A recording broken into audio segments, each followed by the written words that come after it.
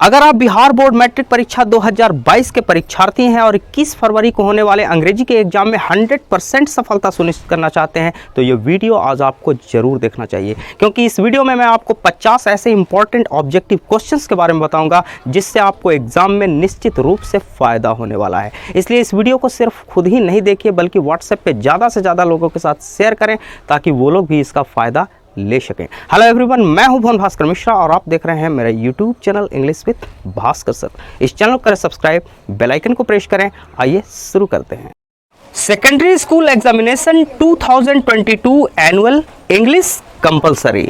अगर एग्जाम में better perform करना है तो इस वीडियो को अटेंटिवली और एंड तक देखिए, साथ ही इस वीडियो को लाइक जरूर कीजिए। आइए फर्स्ट क्वेश्चन को देखते हैं। First question, which of the following work of Premchand was band by the British government.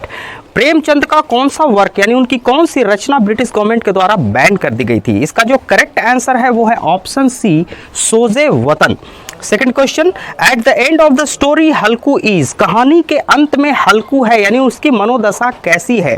इसका जो करेक्ट आंसर है वो है ऑप्शन डी, कंटेंटेड, यानी कहानी के अंत में हल्कू संतुष्ट है, कंटेंटेड है। Question number 3, Halku curled up drawing his blanket against his chin, यानी ठंड की वजह से हल्कू अपने बॉडी यानी शरीर का कौन सा अंग अपने ठुड्डी में सटा लेता है। इस क्वेश्चन का जो करेक्ट आंसर है वो है option B, knees. Question number 4, the little truth in Halku's word came charging at her like a wild. सही आंसर क्या होगा, ये इस ब्लैंक में आपको डालना है। इसका जो सही आंसर है वो है option C, beast.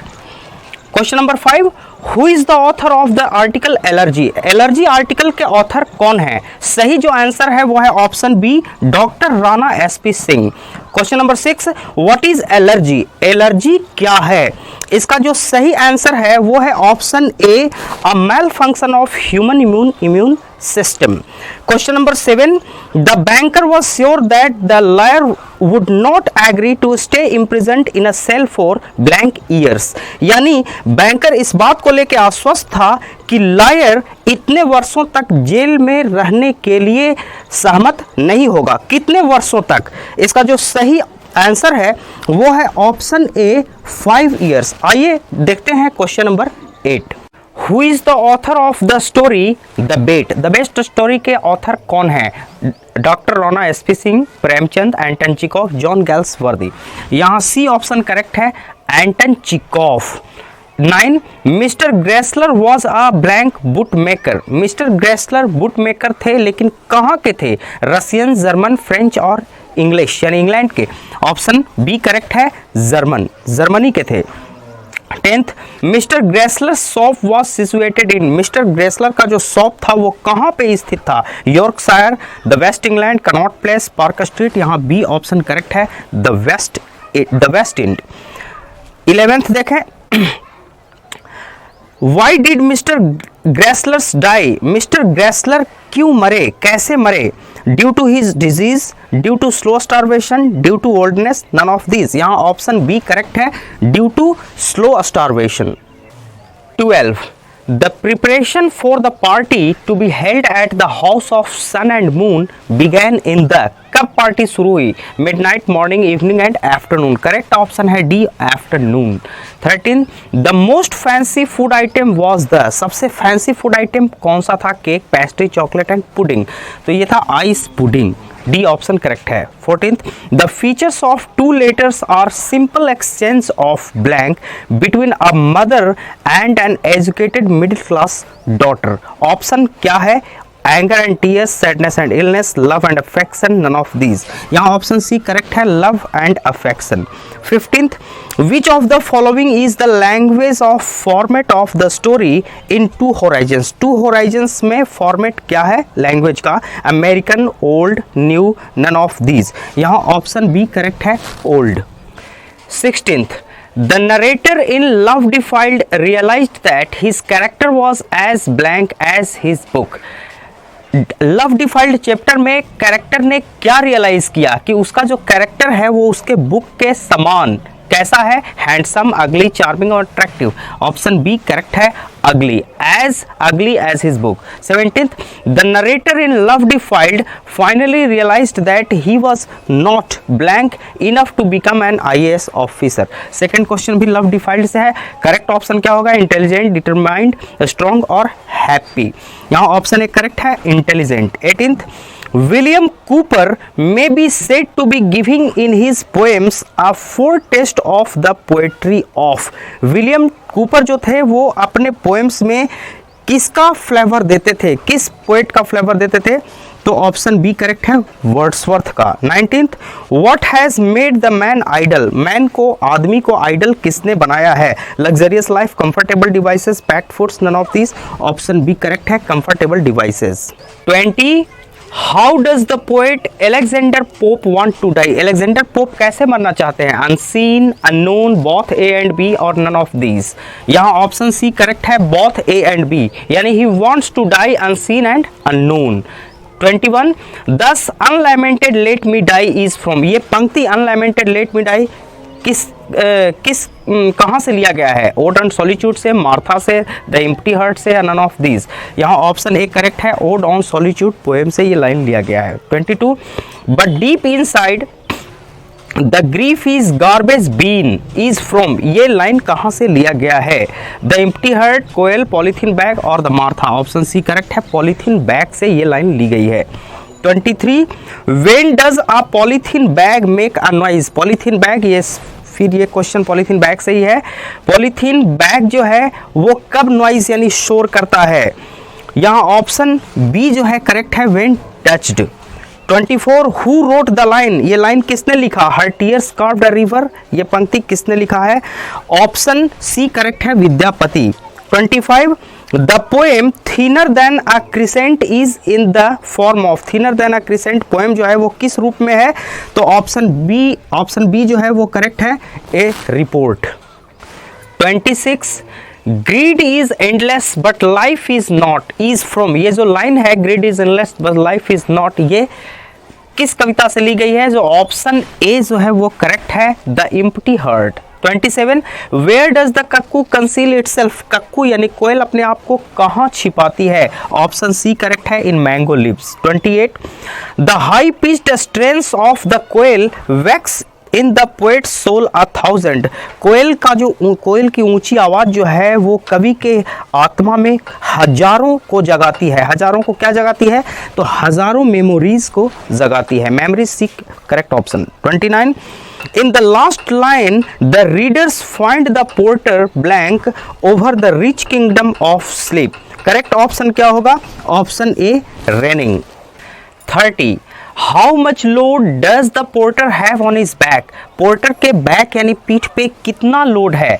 Option A correct है, 25 किलोग्राम, 25 किलोग्राम का। 31, running over the rich kingdom of sleep is from. ये जो पंक्ति है, ये जो लाइन है वो कहाँ से लिया गया है?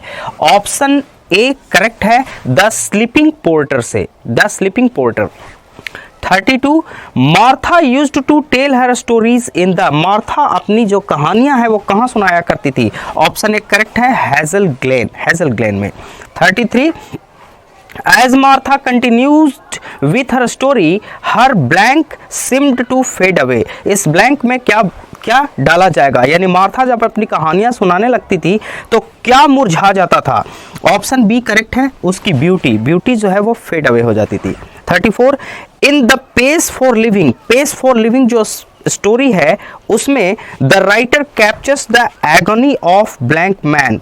किस तरह के मैन के एग्नी को कैप्चर करता है? ऑप्शन ए करेक्ट है, modern man. 35, which route does the author follow in me and ecology beat? Me and ecology beat में ऑथर जो है कौन सा रूट अपनाता है? ऑप्शन सी करेक्ट है, paper route. 36, Mahadevi Varma was a leading poetess of the blank school of poetry. किस school of poetry की लीडिंग पोएटेस है महादेवी वर्मा?